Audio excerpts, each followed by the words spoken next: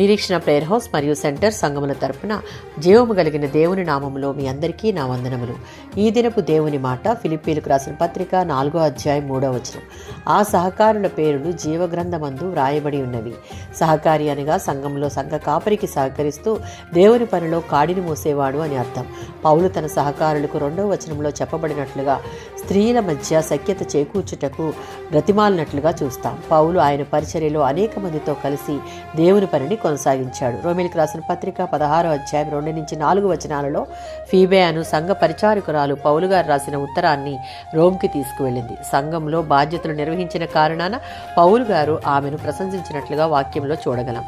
అకుల ప్రిస్కిలాలు పౌలు గారికి పరిచర్యలో జతపనివారిగా పనిచేశారు. పౌలును కాపాడుటకు వారి ప్రాణములను ఇచ్చుటకు కూడా వెనుకాడిన రీతిలో పరిచర్యలో సహకరించారు.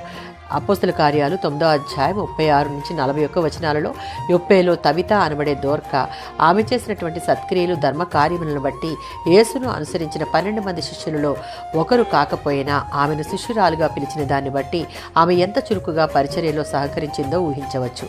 దేవుడు పేతురు ఇతర అపోస్తలుల ద్వారా బలమైన పరిచర్య చేసేలా దీవించాడు. ఏ విధంగా అంటే చనిపోయిన స్త్రీతో పేతురు చెప్పిన మాటలు మార్కు సువార్త 5:41లో ఉన్నట్లుగా యాయూరు కుమార్తెతో యేసు చెప్పిన మాటలకు ఇంచుమించు సమానంగా ఉండి అంతటి అద్భుతమైన కార్యం చేసే అంతగా పేతురును దేవుడు వాడుకున్నాడు. రోమీలకు రాసిన పత్రిక 12వ అధ్యాయం 1వ వచనంలో దేవుని యొక్క యుక్తమైన సేవా పరిచర్యలో మనమందరము సహకారులుగా ఉండాలి అంటే సజీవ యాగముగా మన శరీరములను సమర్పించుకోవాలి. అనగా దేవుని ఘనత కోసం జీవించడానికి మన సంపూర్ణ వ్యక్తిత్వాన్ని అంకితం చేసుకుని ఏక మనసు కలిగి శక్తివంచన లేకుండా సంఘ పరిచర్యలో పౌలుకు సహకరించిన సహకారుల వలె దేవుని రాజ్య విస్తరణకు సహకరించాలి. దాని ద్వారా వచ్చే ఆశీర్వాదం జీవగ్రంథంలో మన పేర్లు వ్రాయబడుట.